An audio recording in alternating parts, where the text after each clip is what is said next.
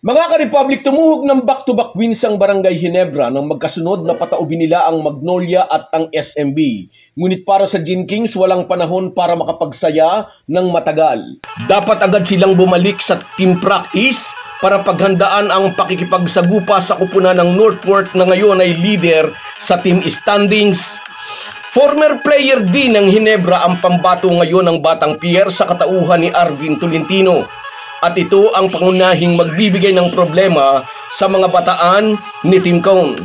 Samantala, kasabay ng papataas na level ng kompetisyon nakakaharapin ng Gilas dito sa PBA, problema rin ni CTC ang magiging kapalaran ng Gilas dahil sa injuring tinamo ni Kai Soto sa Japan B-League. Pag-uusapan po natin yan, pero bago ang lahat ay maglalambing po ako sa inyo na isubscribe ninyo itong ating channel at kung di masyadong makakaabala ay i-like at paki-share na rin ninyo. Malaking bagay po yan sa aming mga vlogger. Maraming salamat. Mga ka-Republic, habang ang mga Ginebra fans ay nagsasaya pa rin sa dalawang dikit na panalo ng Gin Kings, wala namang sinasayang na oras ang mga bataan ni Team Cone. Balik ensayo agad ang mga mag-aalak para sa susunod nilang laban. Makakabakbakan nila ang kupunan ng Northport na sa unang pagkakataon mula nang sumali sila sa liga ay ngayong conference lang nakapagtaya ng napakagandang simula. Sila ang nasa tuktok ng team standings, 6 na panalo, 1 talo. Nakajakpat ang Batang Pierre ng mahusay na import sa katauhan ni Kadim Jack na sa kabila ng di nito pagiging ball dominant ay nag-a-average ng 30.3 PPG. Mahusay na play finisher ang 6'9" Trinidadian American na tiyak na bibigyan ng malaking problema sina Japet Aguilar at Troy Rosario. Isa pang nag-i-step up para sa Northport ay itong si Joshua Monson. First overall pick ng tira firma sa rookie draft noong 2021, na-trade siya sa Batang Pierre Enero noong 2023 at dito napalabas ni Coach Bonitan ang potensyal ng Phil-Am guard.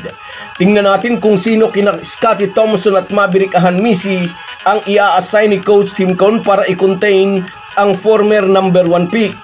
At pwede rin nating baliktarin ang tanong, sino ang mga scorer ng Ginebra na gugwardyahan ni Joshua Monson? Since sabi nga nito, defense first ang mindset niya ngayon sa bawat game. Bukod kina Joshua Monson at Kadim Jack, magiging malaking problema rin ni Coach Team Cone ang former Ginebra player na si Arvin Tolentino. Ngayong conference ay nag-a-average ang Ateneo at FEU product ng 24.71 PPG at kung inyong naaalala, naghalimaw siya ng 51 points laban sa Converge noong nakaraang conference. Tiyak aware dito si CTC kaya't siguradong magiging mahigpit ang instruction niya sa kanyang mga players na bantayang mabuti si Tolentino at kung maaari huwag pakukuhanin ng momentum. Pag pumutok muli ang shooting nito, tiyak na mahihirapan ang Barangay Ginebra. Magiging krusyal ang larong ito para sa Batang Pierre. Hanggang ngayon ay marami pa rin ang hindi naniniwalang kaya nilang isustain ang magandang simula nila ngayong conference. Ngunit kung makakalusot sila sa Ginebra bukas, tiyak na marami ang mapapaisip na teka lang, mukhang seryoso nga yata ang Batang Pierre. Samantala, bukod sa tumataas na level ng kompetisyon nakakaharapin ng Ginebra, may isa pang serious problem ang tiyak na gumugulo ngayon sa isip ni Coach Team Cone, ang kampanya ng Gilas Pilipinas. Sa kasalukuyan ay walang mantsa ang record ng ating national team sa natapos na 2 window ng FIBA Asia Cup qualifiers, 4 na panalo, 8 talo. Pinakahuling biktima ng Gilas ay ang New Zealand Tall Blacks na halos 5 dekadang naging tormentor ng ating national team. Halos di matanggap ng kanilang mga kababayan na tinalo ng Gilas ang kanilang pambansang kupunan. Sinabi ng mga Tall Blacks players, gaganti sila, babawi sila sa Gilas sa susunod nilang paghaharap. At mangyayari nga po yan ngayong darating na buwan ng Pebrero. Kung noong last November ay nagkaroon tayo ng home court advantage dahil dito ginawa ang laban, ang sunod na bakbakan ay gagawin sa teritoryo naman ng Tall Blacks. At bilang patunay na suportado ng mga Kiwis ang kanilang national team, ngayon pa lang daw po ay paubos na ang mga tiket sa laban. Kung natulig ang tenga ng toll block sa sigaw ng mga Pilipino, sa Pebrero ay ang Gilas naman ang gigisahin nila sa Kantyaw. Pero ang problema nga po ng Gilas coach, na-injured sa Japan B-League ang pambato ng Gilas na si Kai Soto. Instrumento si Kai sa malalaking panalo ng Gilas sa mga nakaraan nilang laro.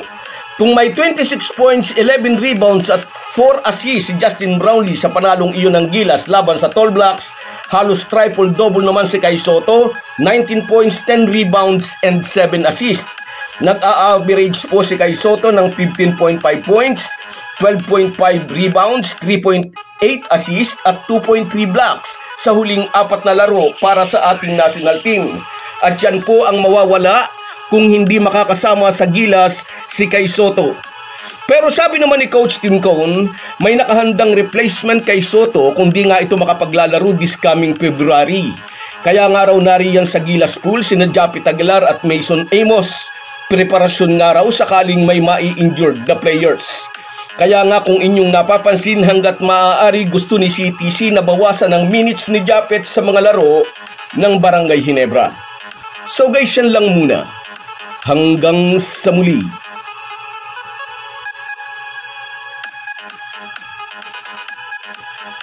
Kung wala po kayong mga viewers namin ay walang magtatagumpay na vlogger. Kaya salamat po sa inyong panunood.